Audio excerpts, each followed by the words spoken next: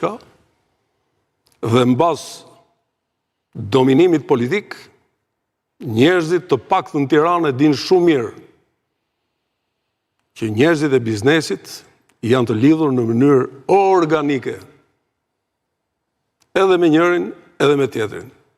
Atëherë më thoni në një bilans të thjesht të shkurtër, kur politika dhe biznesi janë në sintoni, atëherë, për çfarë ka nevojë tjetër politika për të quajtur një politik në demokraci? Ja. Mediat, po. Pushtetin politik, po. Pushtetin ekonomik, po. Pushtetin administratës, po.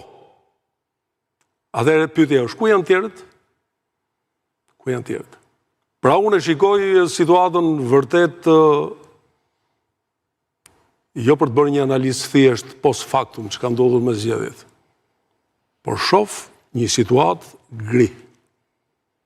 Pra situata në politikë është gri. Nuk ka asgjë që ty të bën të shpresosh që numri i madh i votave përkthehet në demokraci. Bile ky është paradoksi që nuk ndodh në asnjë vend tjetër. Vetëm rriten, numrat që rriten. Domethënë, në moment që numrat rriten, rritet kontrolli. Bile unë nuk e di se ç'lloj ngarkesë emocionale kanë fituesit. Fituesit nuk duhet gëzohen shumë kur të kujdesshëm kanë qenë, me sa kemi parë. Pa shumë entuziazëm.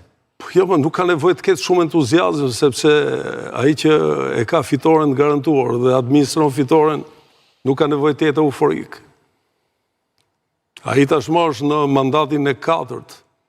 E di ç'do thot mandati i 4 apo jo?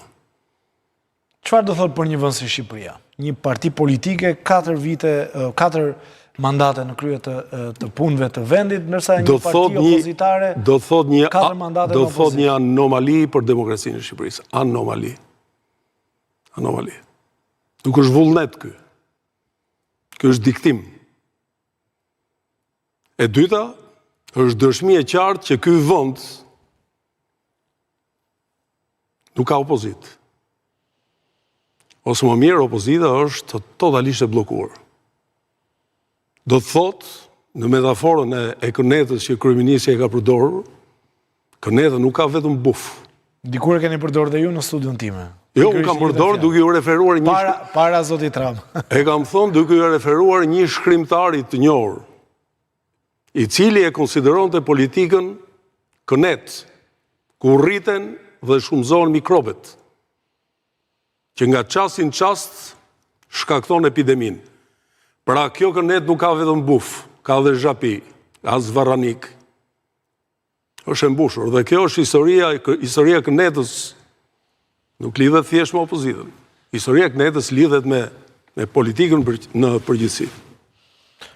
Zoti Topi, opozitën ju ndalët dhe e përmendet pak, po si ka mundësi e ka kaq të vështirë të shkëputet nga Sali Berisha? Përse është kaq e vështirë shkëputja nga ai, edhe në momente ku qartazi duket sikur nuk ka të ardhme politike për të qenë forcë e parë, se ndoshta për të qenë forcë e dytë, ata mund të jenë në vazhdimsi dhe në përjetësi. Sepse atje brenda për brenda funksion një sistem. Edhe nuk është sistem promovimi, por është një sistem eliminimi. Eliminimi i elitës intelektuale.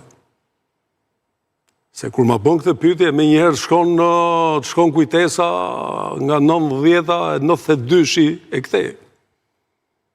Pra, një demokraci brenda një partie që shkon në regres, edhe përfundon këtu.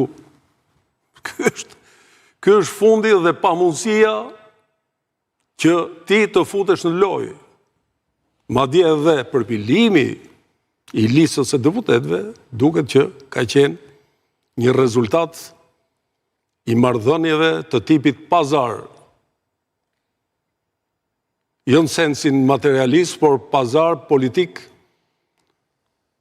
e cila, sipas mendimit tim, do t'i kushtoj shumë rënd partive aleate me Partinë Demokratike.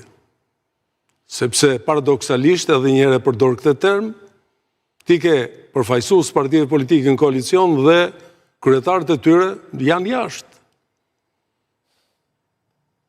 Pavarësisht që është në ato kushte, zoti Meta është jashtë këtyre zgjedhjeve. Zoti Duka zgjodhi të mos jetë, nësa duket u tregua më inteligjent dhe e kuptoi. Zoti Idrizi është jashtë. Nuk po flas për të tjerat, por janë tre parti që në një farë mënyrë kanë qenë prezent në jetën politike shqiptare. Atëherë ç'a ndodh? Këta kryetar apo përfaqësues partive politike o do fillojnë të luajnë ndryshe me njerëzit që kanë brenda atje, ose këto parti